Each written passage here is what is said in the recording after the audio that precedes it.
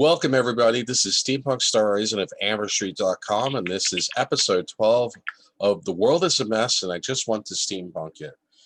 And I'm here on the phone with my special guest, my girlfriend, Rockanne. Say hello, Rockanne. Hi, everyone. Happy holidays. Happy holidays. Happy COVID Christmas, or not so exactly. happy. But so what you been doing for the holidays? Because we live apart and we rarely ever see each other. We only see each other maybe once a month if we're lucky. Yeah, I know our living situation sucks. Yeah. I wish we lived together. It's not right. It's just not right. Well, I wish we did too. It's just that, you live with your parents and, it's just complicated. You're going to college and you're in Torrance and I'm in North Hollywood, which is like 23 miles away. It's basically a long distance relationship, but long distance relationship a short distance away. But exactly. Let me see. Daniel's supposed to be joining me because we're going to be talking about season 2 of The Mandalorian. I don't even think he's logged into Skype yet. I'm gonna. Did you get it? Yeah, he's sometimes really slow to log into Skype. He's very difficult to sometimes get a hold of because he doesn't have social media. He doesn't have a Facebook. He doesn't have a Twitter. He doesn't use email. He only uses Skype and a landline phone. Anyway. Plus the fact that he's in Canada makes it harder because if I were to call him in Canada, it would cost me 5 cents a minute, and I don't really want to add extra charges to my phone.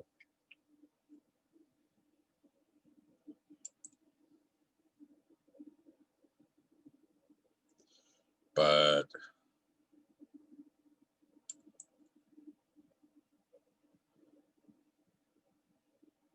he has not joined yet. Oh, he is typing. Daniel's typing. He's like, he got it. Well, then click on the link. Jesus. Jesus Peasus.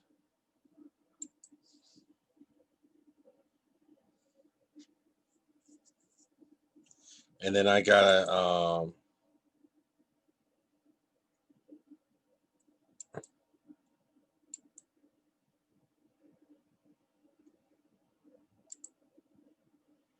I don't know why he's taking so long. Bear with me, my audience. But yeah, so this is December 20th, 2020. I'm here with Rockanne. We plan to talk about The Mandalorian, but we could talk about a little bit of everything. Anything on your mind? Politics, sci-fi shows, and anything on your mind that you want to talk about? I'm developing my D&D role-playing game character that plays in. I play the character in video games now. Yeah, the 8-foot character. That's that's the major thing that I've been talking about lately. I've been making posts on Reddit as this one user called D&D Dungeon Girl, and I've been making a lot of posts on Reddit and doing like polls and stuff, and well, that's other people because we've been the character's backstory and stuff. Oh, sorry, I didn't mean to interrupt. Go ahead. But, so I've been having the character doesn't really have a solid backstory, so I just been having other people weigh in on the character's backstory and other questions about the character, such as the character's age and all of that. And I basically figured out that the character would be from the character. Oh, I should say, 8 foot, half Goliath, half orc, barbarian beast, and he's 8 feet tall. Well, I like to describe him as a giant because it just makes things more exciting describing him as a giant. Although some people would probably disagree, but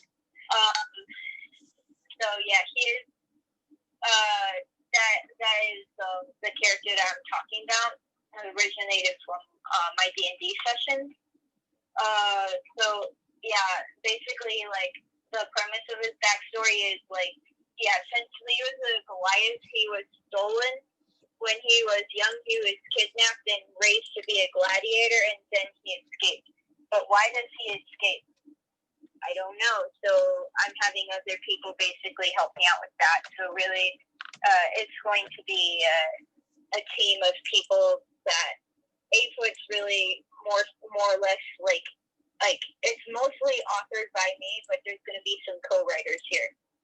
I don't know who they are because they're members of Reddit. Well, I know that we've been talking about this character offline. You have this joke about Count Chocula. Well, he is.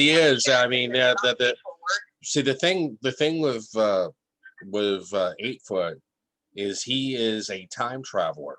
When he was like 5 years old, his parents wanted to give him a better future, so they found a time portal, and they transferred him to the future. So he was just has the most absurd backstory for 8-Foot. So when he teleported to the future in time back in like 1980, he was a child. He was forced to become a child actor, and he was Count Chocula. That wasn't his real name, but that was his persona. He did all the Count Chocula commercials as a kid, you know, and so, you know, he's born in like 1875, but you know, so that makes him well over, you know, he's like he's 145 years old, but that's in time traveler years. And so yeah, he's quite resentful that he was forced by his parents to be Count Chocula in the Count Chocula commercials. This is not the real story for 8-Foot. This is the joke story. This is the real story. It depends on your perception of reality, Anne. It's all about your perception of reality. My perception of reality is different than yours. So for me, it is real. Your perception is like to make jokes about him being a serial mascot. He's a serial mascot of Count Chocula formula. You have to admit it's a dead ringer for Count Chocula. It's for anybody listening that's new here that didn't listen to the last episode. It's 8footbeast.com, and it's the digit 8, like the number 8, not the word. And if you go to that website, you can actually learn all about the character and see some pictures instead of just listening to us talking about it. Okay. But yeah, so you know, he had an affair with Boo Berry, but they didn't hook up until he was like 18, and you know, and then you know when he had an affair with Boo Berry, it stained him. You know, he's got blue patches. He's got blue patches all over his skin, and Frankenberry had a crush on him, but he didn't like Frankenberry. He thought Frankenberry was too ugly. You know, but yeah, you have to admit, you know, that he is a dead ringer. If you do Rule 34 on Count Chocula, the photos say otherwise. Hold on. He did not think Frankenberry was ugly. Okay, Daniel's joining us. Oh, Daniel hasn't joined us yet. I thought he was like listening. No, he wasn't. He wasn't. Hey, Daniel, you there? Funny. Hello. Hello. We were talking about Boo Berry, Count Chocula, and we were also talking about Frankenberry and about how her character 8-Foot, he actually is a time traveler.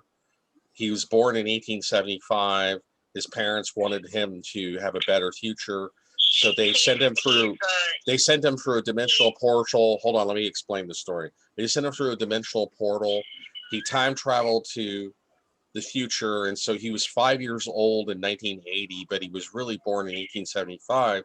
but because he time traveled, and then he needed to make a living, and so his parents forced him to be a child actor. He was Count Chocula in the 1980s commercials. Anyway. He's just busy sabotaging my D&D character. He's just busy ruining it. Yeah, he's just sabotaging my character. Yeah, I'm making it funny, Daniel. Yeah, I'm making it funny. Anyway, yeah, so you're just busy sabotaging it. So how's it going in Canada? It's really cold over here. Well, yeah, it's Canada. You live in Ontario. I always forget what town you live in. What town in Canada do you live in? I live in the country of Bellwood. Bellwood. Okay, and it's not even incorporated. It's just near Bellwood. Okay, got it. And you're not that far from Toronto, correct? No. Have you ever been to Toronto? Yeah, I have. It's pretty cool. I love Toronto. Toronto's an awesome city. I've only been to Calgary and I've been to Toronto, but out of those two, I like Toronto the best. Toronto kind of reminds me of a little bit of like Sydney, Australia, mixed with London, mixed with New York City. Mm-hmm. I've never been to New York City. I've been to London and I've been to Sydney, but not New York. I don't know, ironically enough. But so what's on your mind today, Daniel? So did you see that last episode of Mandalorian? The Mandalorian? Yeah, I saw it. Like, what did you think about the Luke Skywalker appearing? I thought it was really cheesy because it was really poorly done CGI. You know, you could tell that they had a body double, and then most of the time his face was awkward. You know, it was very awkward the way they covered his face. And I get it because they're trying to cut down on the amount of CGI they're doing. And they had like a CGI young Luke's face, but it looked kind of fake. I mean, it was okay. It didn't feel like Luke Skywalker. It just felt like a CGI copy of Luke Skywalker. I wish they would have just hired what was that actor that was auditioning for Luke? He looked kind of like a young Luke. Well, I don't think he was auditioning for it. Fans were pushing for it. Yeah, what's his name? He's a Romanian guy. He was Bucky in the MCU. Oh, okay. Yeah, he would have done a better job at portraying Luke as an actor. Stan. Sebastian what? Sebastian Stan. Sebastian Stan. They would have just been better off just hire Sebastian Stan. He kind of looks like a young Mark Hamill, and hire him, dress him up like Luke, and just say, "Hey, this is Luke at age 35 or whatever, or age 30." Let's see.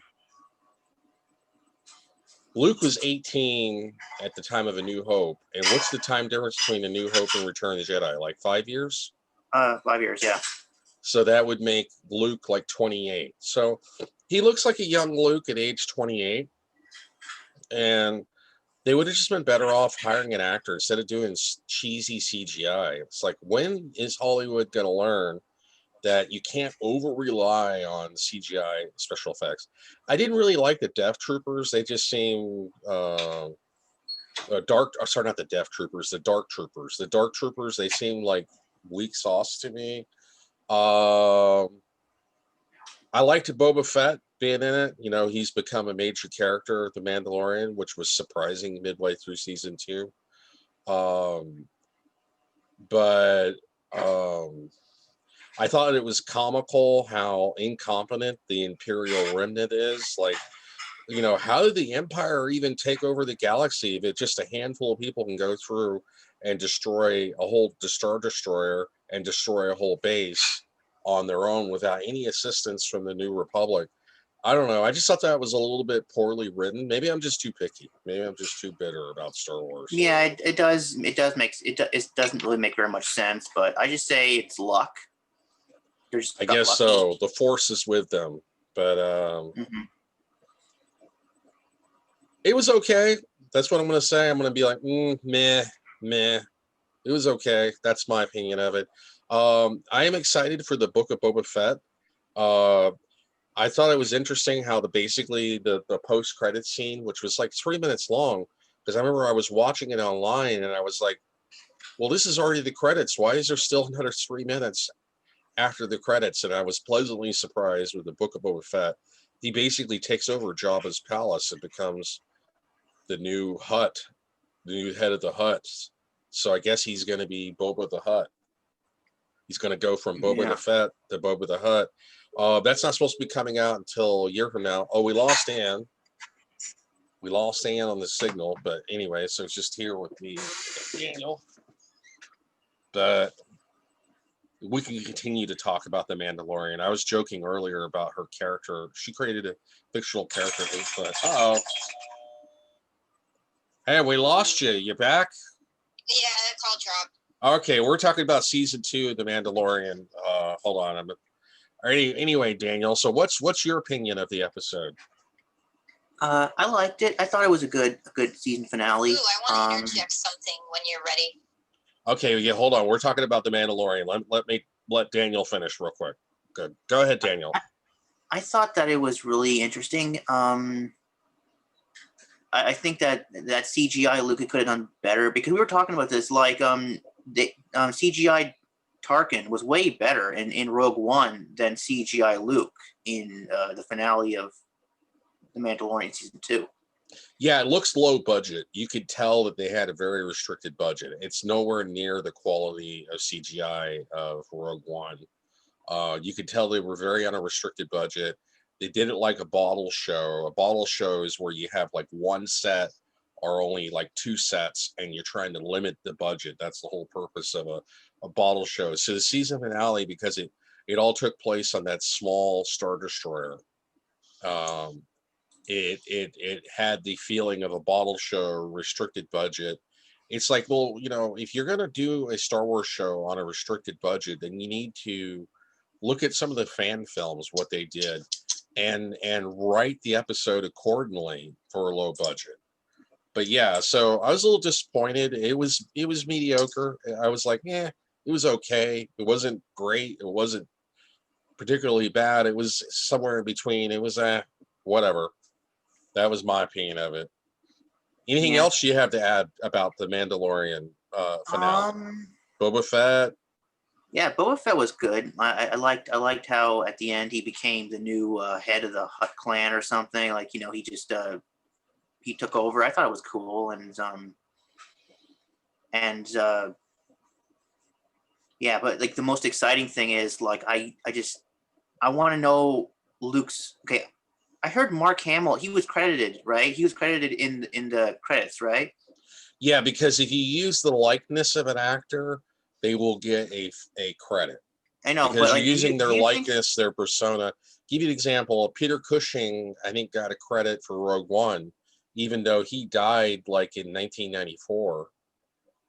Because before Peter Cushing died, they were already making plans to replicate his persona as a CGI character, even all the way back in the 90s. And so he had already signed a release form saying, yeah, after I die, you can use my image. And so that's the reason why, even though Peter Cushing did not act in Rogue One, but because they used his CGI likeness, I think he got a credit for that. People tell me that Mark Hamill did the voice, but they had to modulate his voice a little bit to make him sound younger. Well, yeah, because your voice ages. It tends to sound scratchier and deeper when you get older. Your voice modulates in, tonal pitch. But yeah, it seemed really fake to me and very contrived, because most of the time you couldn't even see his face. And you can tell that they were just hiding his face because they didn't want to have to do CGI as much. They were trying to save on money, and the CGI was just poorly done. Just hire an actor. Hire an actor to play a young Luke Skywalker. Jesus Christ. Yeah, but the problem with that is if they do that, then people are going to say, "Oh, it's a different timeline," right?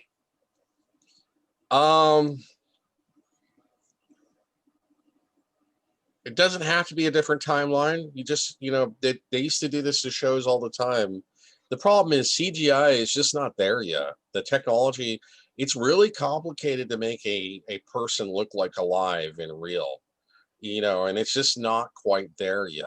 It's just Yeah, that. what exactly was wrong with the face? I mean, in some Well, it areas, looked like it was cut and pasted on. You know, I could tell what they did was they just basically did like an oval green screen effect. They may even had they probably had a standby actor his face was painted green, and then they just cut and paste his face on, but it just looked really cheesy. It's Mhm. you're dealing with like with modern video, you know, at 1080p, 60 frames per second. That's a lot of work to do CGI modeling over somebody's face like that, and it's really hard to make it photorealistic or look lifelike. And it didn't look lifelike; it looked weird. It looked stiff, didn't it? Yeah, it looked really stiff. It didn't look right, and it's just you can't rely on CGI, and that is the mistake that they often make in Disney with contemporary Star Wars. And you got to write your stories better. Stop making it so cheesy where a handful of bounty hunters takes out an entire Imperial base by themselves without getting killed, without getting hurt. It gets to be comical and unrealistic to a point. See, I love the gravity that they had of danger in Rogue One. Like, you know, in Rogue One, the main characters, they were skilled warriors, but they would get injured and then they all died in the end. Mhm. And they sacrificed themselves to steal the Death Star plans. And so stormtroopers were poorly trained, but they weren't so poorly trained. Like if you were up against 100 of them, you were screwed, you know. Mhm. But if you were only up against, you know, like two or three, you could take them on. And that was a lot more the way they did Star Wars. The battles with stormtroopers in Rogue One was a lot more realistic than the way they do it now. Now, granted, I know it's sci-fi, action, fantasy, but still, it's just like over the top, comically incompetent. It kind of hurts the story. You need to write the story a little bit better. Make it where the Mandalorian only has to fight two or three stormtroopers, and then that would make him seem like a badass, but not unrealistically so. And so, yeah, so it was mediocre. It was okay. I mean, I was a little disappointed. What can I say? Baby Yoda's cute as ever. Um, I still believe that Baby Yoda tastes like chicken. I really do. I'm very hardcore on this Star Wars theory because I believe that he is a reptilian-like creature, and is you know it's been said that if you cook like frog legs or if you cook like alligator meat, it tastes like chicken. And I am very confident that Baby Yoda tastes like chicken. If you were to put that little sucker on the grill him up, you know, he would and put some and saute him, he'd be delicious. You Yeah, know, he would taste. I think he would taste like pickles and chicken because he's green and yummy and delicious. But yeah. So yeah, and then I you think would and then also if you ate Baby Yoda on the grill, your midichlorian count would increase because the blood of Baby Yoda, his midichlorians are so high that if you were to consume his flesh, it would incorporate all those midichlorians into you, and then you would become strong with the Force. Granted, the dark side of the Force, but you'd still be strong with the Force. yeah, it's really That those cool. are my Star Wars series when it comes to Baby Yoda. What does Baby Yoda taste like? Would it increase your midichlorian count, and would it make you stronger with the dark side or the light side of the Force? That's what I want to know. They need to do that. They need to cover that in season 3 of The Mandalorian. Anyway, so are you looking forward to the Book of Boba Fett? From what I understand, it's only going to be a streaming movie. It's not going to be an entire series. Like, yeah, I hear it's probably going to be like a prequel series, but then I don't know. I mean, like sometimes I'm hearing it's gonna also cover Fett's life as the head of the Huts. Yeah, it could So be I'm like, interesting. what they're gonna do? Is it gonna flash backwards and forwards all the time, or I don't know? It just kind of well, it's yeah, like you said, like if this does well, they'll order a full series, right? Yeah, I mean, who's to say what the future is? I mean, everything is insane in America today because of COVID-19. But and you know, it's disrupted production. It's really disrupted everybody's lives. Uh, God, we're up to like 3,000 or 4,000 people a day dying. It is, but yeah, so I don't know. I don't know what's going to happen. I don't know what the future will bring when it comes to Star Wars or COVID. I'm actually very excited that Luke took Baby Yoda with him. Like, who knows what they can learn from each other and how they can improve each other. That's true. It's true. Who knows? I know Luke probably, yeah, it'd be great. I'm hoping that they're going to do the Ahsoka thing where she goes to the world between worlds and they create an alternate reality where anything is possible. That's true. Let me ask Anne a question. Anne, you still there? Yeah. What's your opinion of Baby Yoda? Does he taste like chicken? Okay, so I wanted to interject something. 8-Foot just told me that he thinks Baby Yoda is so cute and would love to give him head pats and cuddles. Oh. So you talked to 8-Foot. Yeah.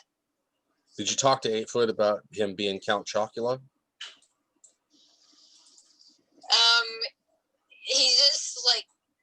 He just basically like let out a big roar and laughed.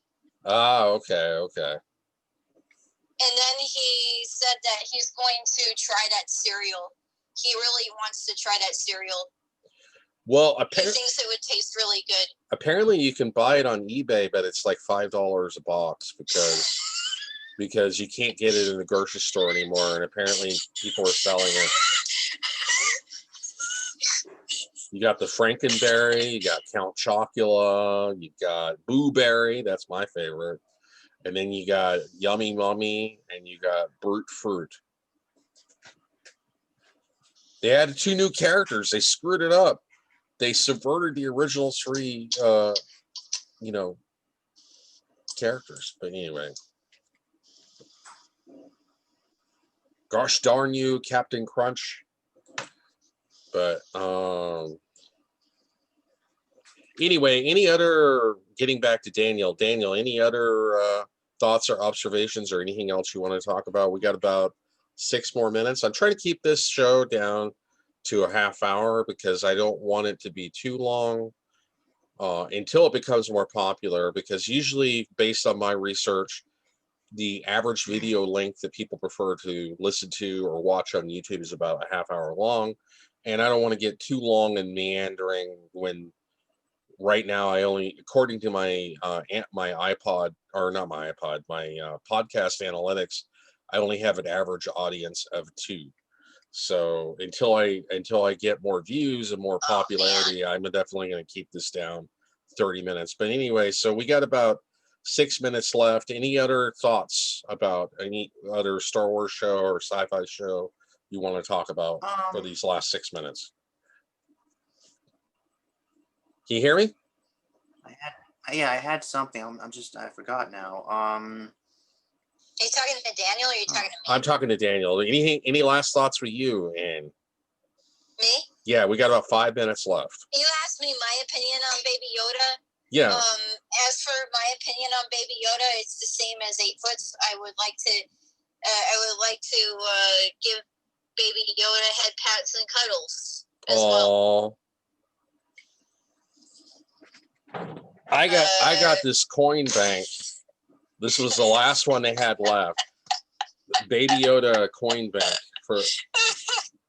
I can't stop seeing Baby Yoda on my pretty Instagram cute. feed. It's pretty cute. Baby Yoda. I mean, not the real one. Oh my god, it's all over my Instagram feed. Oh Jesus. Well, not exactly the thing that comes up the most often, but it comes up a lot. Yeah. You know what they should do? What should they do, Daniel? Okay, what they should do is, by 2024 or 2025, they're going to be finished all the shows, right? Because all the shows are going to be either mini series, like a one season thing, or they're going to have 4 seasons each, 4 or 5 seasons each. So by 2024, 2025, 2026 at the latest, they're all going to be over. They're all going to be done, all of them. Okay. So what they should do is they should create more shows and have them, like, maybe 40 years later, have a 40-year time jump, and then you can bring in Mark Hamill as Luke Skywalker in a brand new show. Well, Mark Hamill said that he doesn't want to do Luke Skywalker anymore. That's what he said. Well, no, but he said that because of Kathleen Kennedy and Rian Johnson screwed everything up. Well, that's true. They did screw everything up, so I can't really blame him. But but now he's talking with Favreau and Filoni, and he may have changed his mind because he is doing the voice of Luke Skywalker. Yeah, well, I hope that's the case. Who knows what the future will bring? Disney's done such a mess with the sequel trilogy, and they won't fire Kathleen Kennedy. I keep hoping they would fire her, or she'll step down. They need to put Favreau in charge, or they need to put Dave Filoni in charge. Dave Filoni was handpicked by George Lucas to oversee animation department of, oversee Clone Wars and Rebels. I know Dave Filoni is also responsible for producing this show, The Mandalorian. So he's done a great job for the most part. Although Mandalorian, I'd say season 2, very mediocre. From what I understand, because the actor plays Mando, Pascal, what's his name again? Yeah, Pedro Pascal. Pedro Pascal had a contract dispute with Lucasfilms, and he apparently walked off the set, got fired. There was bad blood, and so they ended up having to alter the way they were originally doing season 2, and that's the reason why Baby Yoda went away with Luke Skywalker. And so the show, I hear, is going to be on hiatus, and they may end up bringing back Boba Fett as the main character in season 3 because of it's like he was demanding more FaceTime as Mando, but it's like, dude, you got several scenes where we saw your face, and he's just such a typical Hollywood actor, like, you don't give me enough FaceTime, so I'm going to walk off the set. And I've worked with actors in Hollywood, and it's just they suffer from what I call actor disease, where they're just overly obsessed with their marketing of their own image to the point of a fault, where it ends up being counterproductive to the production that they're working on. And in my opinion, that's what happened with Pedro Pascal. Maybe they'll bring him back, maybe they won't. I hear that he's permanently fired, but who knows? Who can say for sure? There's a lot of rumors that is unsubstantiated, but this has been about a half hour. So thank you, Daniel, for joining me. Thank you, Rockanne. This has been episode 12 of The World is a Mess, and I just went to Steampunk it, December 20th, 2020. I'm not sure if we're going to do another show before Christmas, but if not, this will be the last show before Christmas. Have happy holidays. Stay away from COVID. May the force be with you. And you have a nice day, and I will see you 25 billion years. I will.